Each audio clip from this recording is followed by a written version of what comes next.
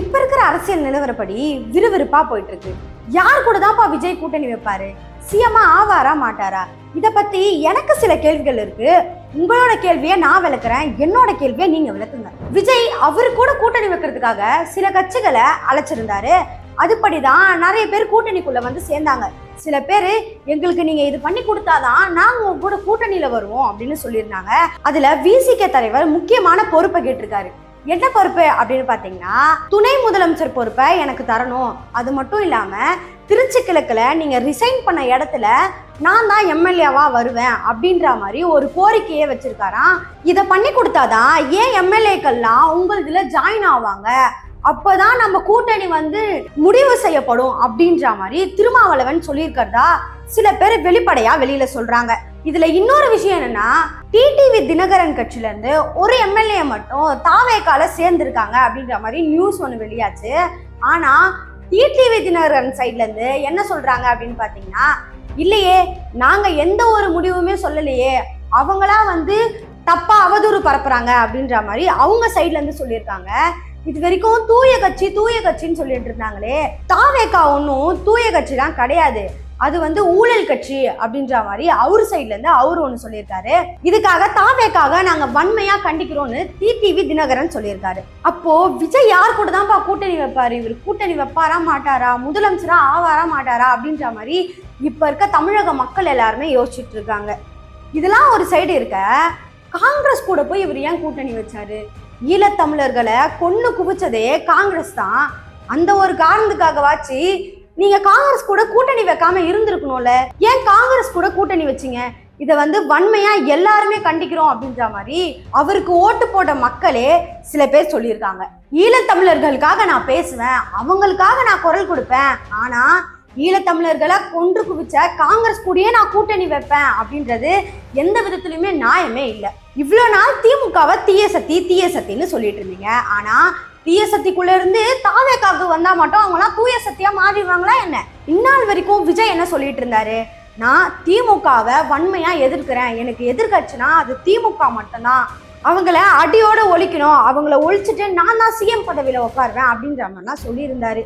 அவங்கள வன்மையா கண்டிக்கிற இவரு திமுக கூட கூட்டணி வச்சிருந்த யார் கூட இவங்க கூட்டணி வச்சிருக்க கூடாது இல்லையா, எதுக்கு கூட்டணி வச்சாங்க அப்படின்ற மாதிரி ஒரு கேள்வி வரதா செய்யுது. சரி, வேற யார் கூட இவர் கூட்டணி வச்சிருக்கலாம்?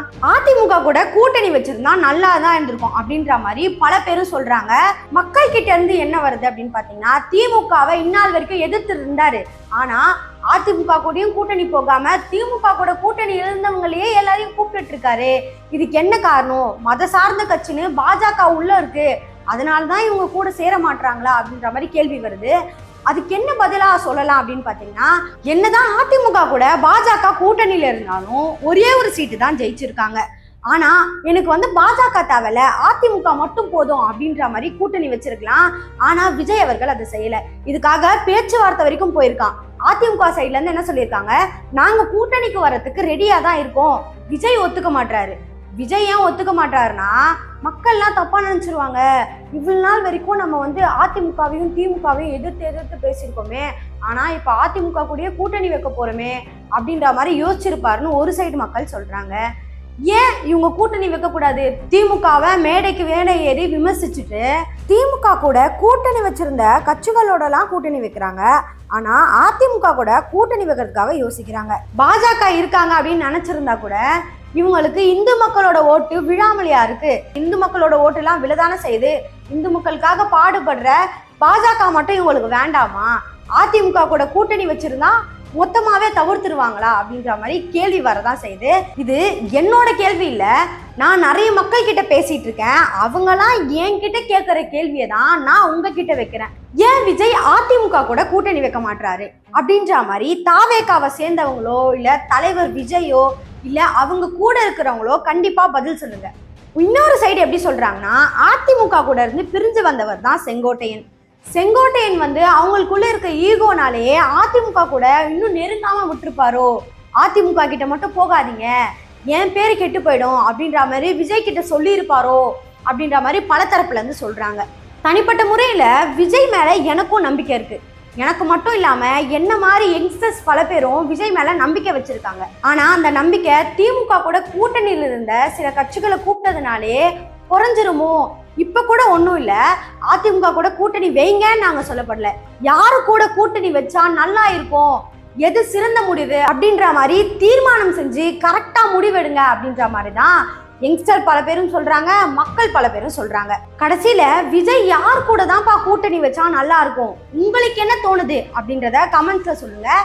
உங்களுக்கு ஏதாவது கேள்வி இருந்தாலும் கமெண்ட்ஸ்ல சொல்லுங்க. இதே மாதிரி நிறைய தகவலை தெரிஞ்சுக்க சிகப்பு நாடா சேனலை சப்ஸ்கிரைப் பண்ணி வச்சுக்கோங்க.